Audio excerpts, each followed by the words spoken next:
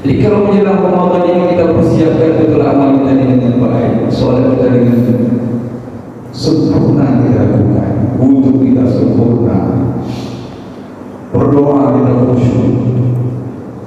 Ternyata kuncinya unsur ma'uhi ilaika kita. Baca Al-Quran itu, telaah Quran itu, khusyuk aja sebelum sholat itu. Kalau bisa ngaji dulu,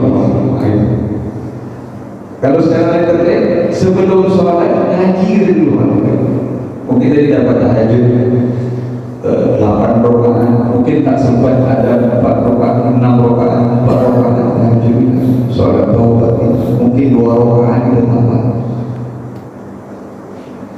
Bukan Quran, ngaji tak 1 halaman, tak 2 halaman, sempat ngaji, sholat. Jadi untuk mendatangkan khusyuk itu pegang ayat-ayat Allah. Untuk mendatangkan khusyuk itu cermati ayat-ayat Allah. Untuk mendatangkan khusyuk itu begitu dibaca imam membaca ayat Al-Quran, ya Allah, kita bisa mencermati. Oh, di rakaat kedua ini innal ladzina qalu rabbuna Allah tsumma istaqamu tatanazzalu alaihimul malaikah. Orang yang mengakui Allah Tuhannya, Allah itu Tuhannya,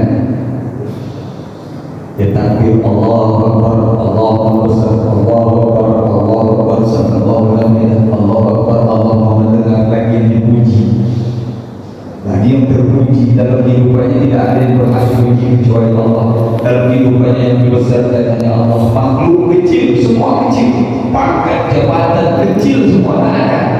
Yang besar hanya Allah. Menghadirkan kebesaran Allah itu penting dalam kehidupan kita. Sampai selesai sholat, kebesaran Allah kita bawa dalam kehidupan kita. Sampai di rumah, kebesaran Allah kita ceritakan kebesaran Allah kepada anak istri kita. Buka televisi, buka media sosial, kebesaran Allah kita ceritakan kepada anak kita. Nampak kayu-kayu banyak itu, bukan air, lumpur, tanah, batu, hanya dibawa oleh Allah. Kebesaran Allah di depan mata kita, ceritakan kepada anak istri. Allahu Akbar. Nanti lagi dalam sholat Allah mengulang-ulangkan kalimat Allahu Akbar, Allahu Akbar. Mengajar kepada kita.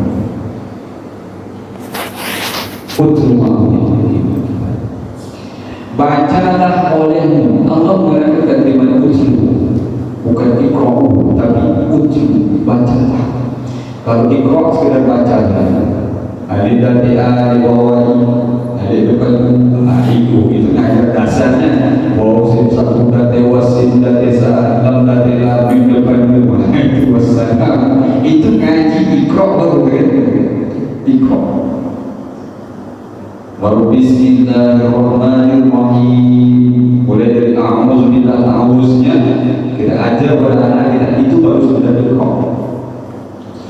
Tapi kalau untuk level-level kita itu bagus saja. Mengaji, duduk mengaji, belajar dengan guru kita, ambil kita, duduk kita bersama, baca di rumah, baca Quran, kemudian belajar baca buku yang muktabar, buku yang bisa terpercaya, isinya, pengarangnya, kitab-kitab Imam Syafi'i, kitab-kitab Imam An-Nawawi, hadis-hadis sahih, ya, kitab-kitab fikih, beli buku sirah, sejarah Nabi yang sekarang kalau kita bisa baca di media sosial bisa menangis juga. Kenapa? Bacaan bahasa bicara bisa menyentuh hati kita, sentuh hati kita. Bagaimana hati kita bisa tersentuh? Nabi dengan segala perjuangan dakwahnya, ya, istiqomahnya Nabi dakwahnya, ya, hebatnya. Rakaat kedua ini banyak. Wa man ahsanu qawlan mimman da'a ila Allah. Jadi efek dari orang yang sholat istiqomah baca Quran itu mereka berdakwah. Mustahil orang yang sholat, orang yang ngaji tak berdakwah, tak mungkin. Harus berdakwah kepada Allah. Siapa yang orang yang paling terbaik itu? Wa man ahsanu qawlan mimman da'a ila Allah. Mereka itu berdakwah kepada Allah. Wa amila sholihan, mereka beramal soleh dengan baik kepada Allah.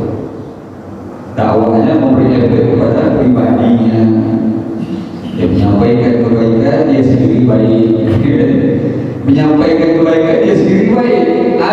tipikal orang yang menyampaikan kebaikan di sini tidak baik.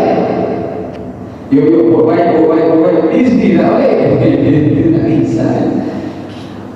Wa qala innani minal muslimin, dan katakan aku ini seorang yang hanif minal muslimin, bagian dari orang-orang yang muslimin yang sudah berislam. Makna berislam itu berserah diri totalitas kepada Allah, tidak setengah-setengah berserah diri kepada Allah. Jadi kalau ada datang perintah untuk duduk mengaji, duduk mengkaji, duduk ukiru kepada Allah, mereka itu betul-betul mengerti dengan ayat dari Allah SWT. Ma'uhiya, mereka apa yang disampaikan di dalam kitab ini diwahyukan oleh Allah, artinya dengan segala diwahyukan oleh Allah SWT itu maksud tujuan yang perlu kita ambil konsekuensinya pun sudah kita siapkan. Apa maksudnya? Apa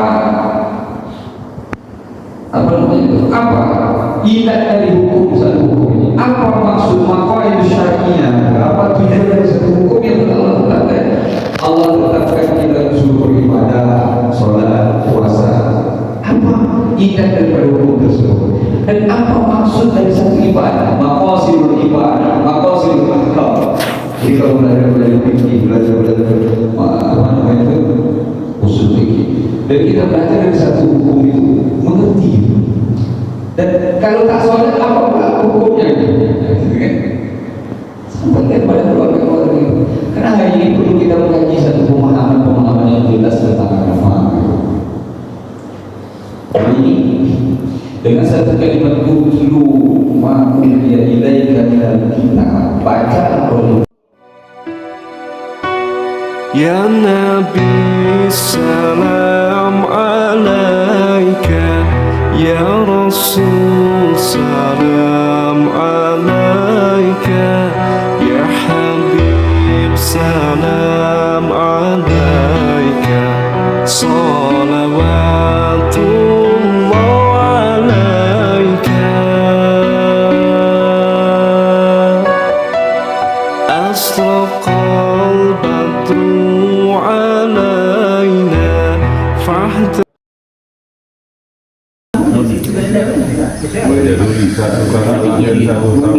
Satu bulan